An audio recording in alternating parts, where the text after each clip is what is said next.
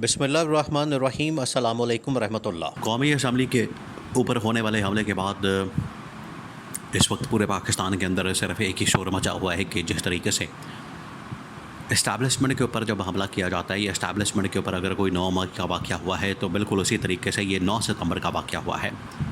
एक 9 मई का वाक़या है और ये 9 सितंबर का वाक़या है जिसमें पार्लियामान के ऊपर हमला किया गया है, पार्लियामान के ऊपर अटैक किया गया है, पार्लियामान के तक़द्दुस को पामाल किया गया है, पार्लियामान को पैरों के नीचे रौंदा गया है और वहाँ से जिस तरीके से PTI के MNAs को गिरफ़्तार किया गया। देखिए असल मसला क्या, असल मसला है इमरान खान के जलसे का, असल मसला है इमरान खान की सपोर्ट का, असल मसला है आवाम जिस तरीके से इमरान खान को सपोर्ट कर रही है, इमरान खान की हिमायत कर रही है, इमरान खान की तायद कर रही है। उसके बाद ये ना सिर्फ हुकूमत के लिए एक बहुत बड़ा दर्द सर बन चुकी है बल्कि इस्टेब्लिशमेंट के लिए भी परेशानी का बायस बन गया है, जिसकी वजह से इन्होंने अली अमीन गन्नापुर को तकरीबन कोई 6 से 8 घंटे के लिए अपने पास बुलाया। इस्टेब्लिशमेंट ने उनको अपने पास बैठाया और उनको बताया कि ये जो तकरीरें हैं या ये जो अल्फाज हैं ये आपकी जानिब से कहे गए हैं, उसकी वजह से ये मसाइल पैदा हुए हैं, उसकी वजह से गम गुस्सा पाया जाता है, उसकी वजह से इस्टेब्लिशमेंट के अंदर गुस्सा पाया जाता है। ये अली अमीन गन्नापुर को कन्वे किया गया। लेकिन बात यह है कि ये अगर कोई लड़ाई चल रही है इस्टेब्लिशमेंट और इमरान खान के दरमियान, तो इसमें हुकूमत वक्त क्या कर रही है? हुकूमत आपको कहीं नज़र आ रही है? हुकूमत आपको कुछ करती नज़र आ रही है? ये जो पार्लियामान के ऊपर हमला किया गया है, सबसे बड़ी बात ये कि ये वज़ीर-ए-आज़म की सबसे बड़ी नाकामी है शहबाज शरीफ की, कि शहबाज शरीफ को पता ही नहीं है। वो इस्लामाबाद के अंदर बैठा हुआ है, प्राइम मिनिस्टर हाउस के अंदर बैठा हुआ है, चंद कदम के फ़ासले पर, चंद फुट के फ़ासले के ऊपर वज़ीर-ए-आज़म हाउस है और वज़ीर-ए-आज़म को इतना ही नहीं पता कि पार्लियामान के अंदर क्या हो रहा है, कौन आ रहा है, कौन जा रहा है, कौन हमला कर रहा है, कौन घुस रहा है, वहाँ पर क्या कुछ किया जा रहा है। तो शहबाज शरीफ को इन बातों का इल्म ही नहीं है। दूसरा ये कि अब जो IG इस्लामाबाद है उसने इस बात का इंकशाफ किया है कि हमने बाकायदा प्रोसीजर को फॉलो किया। इसका मतलब ये है कि हमने स्पीकर कौमी असम्बली अयाज सादिक को ऑन बोर्ड लिया और स्पीकर कौमी असम्बली अयाज सादिक को ऑन बोर्ड लेने के बाद, उससे परमिशन लेने के बाद, उसके नॉलेज में लाने के बाद, उसके साथ इन्फॉर्मेशन शेयर करने के बाद ये हमने बाकायदा कार्रवाई की है। स्पीकर कौमी असम्बली का मौक़िफ़ तो ये है कि मुझे तो पता ही नहीं, मैं तो इसके ऊपर वज़ारत दाखिला को ख़त लिखूँगा। तो आप देखिए किस तरीके से यहाँ पर धोखा दिया जा रहा है, एक दूसरे के ख़िलाफ़ झूठ बोला जा रहा है और यहाँ पर ये बातें कर रहे हैं। कौमी असम्बली के अंदर खड़े होकर बिलावल भुट्टो की जानिब से बात की जा रही है कि एक चार्टर ऑफ पार्लियामेंट होना चाहिए और स्पीकर अयाज सादिक कह रहा है कि चार्टर ऑफ पार्लियामेंट होना चाहिए। देखिए ये जो चार्टर चूटर हैं ना, ये आप अपने पास रखें, आवाम को इससे कोई फ़र्क नहीं पड़ता।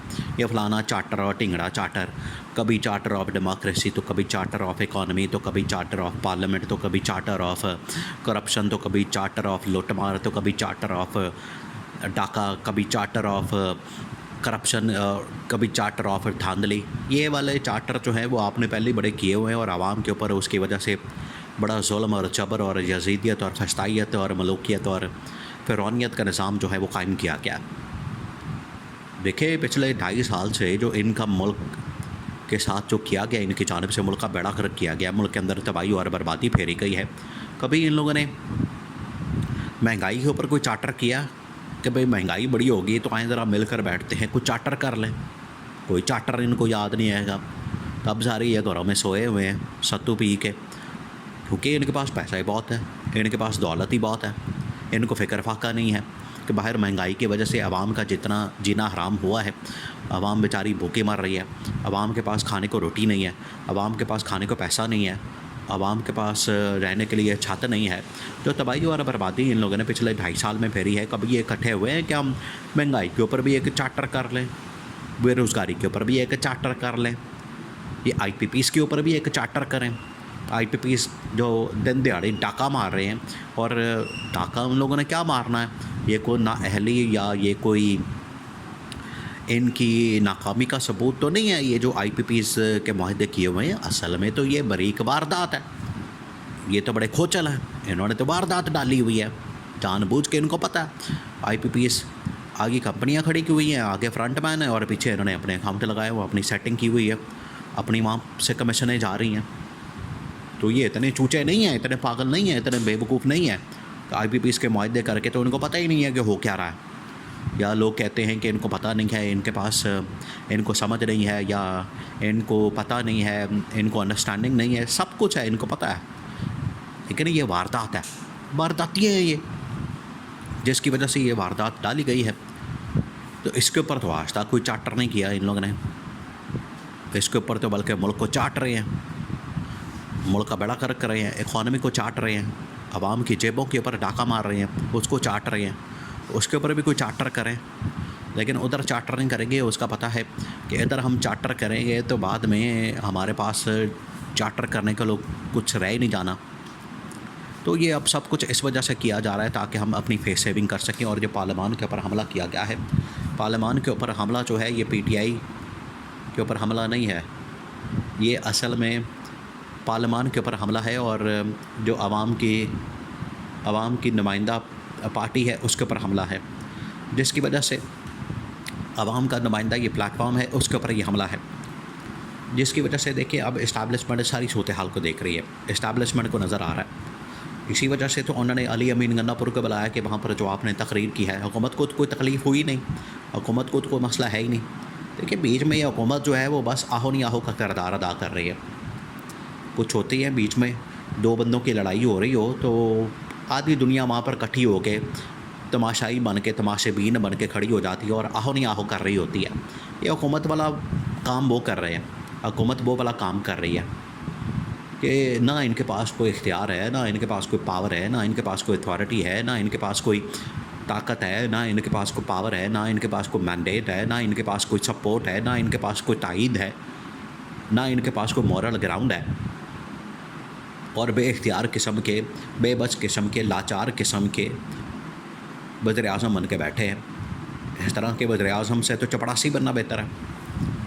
आपके पास कोई अपनी ताकत तो हो, पावर तो हो, आप अपनी मर्ज़ी से झाड़ू लगा लें या ना लगाएं, लेकिन यहाँ पर तो आप अपनी मर्ज़ी से कोई काम ही नहीं कर सकते। तो वज़ीर आज़म की कुर्सी के ऊपर तो बैठ जाना तो चिमड़ जाते हैं। असल में इनको ये परवाह नहीं है कि हमारे पास इख्तियार होगा, पावर होगी, अथॉरिटी होगी। नहीं, इनको असल में है कि हमारी मौजें लगी हुई हैं, सरकारी खाते खुले हुए हैं, सरकारी खाने खुले हुए हैं, सरकारी रोटियां लगी हुई हैं, सरकारी तनख्वाहें लगी हुई हैं, सरकारी दिहाड़ियाँ लगी हुई हैं, अंदर अपने कमीशनें सेट की हुई हैं, अपने लोटमारा सेट किया हुआ है, हलवा मांडा सेट किया हुआ है।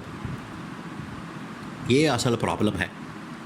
तो अगर सारा कुछ पर इस्टेब्लिशमेंट ने करना है तो फिर हुकूमत भी उनके हवाले करते हैं, इनको घर भेजते हैं, क्योंकि इनके होते हुए तो आप मुल्क के अंदर मसाइल नहीं हल कर सकते।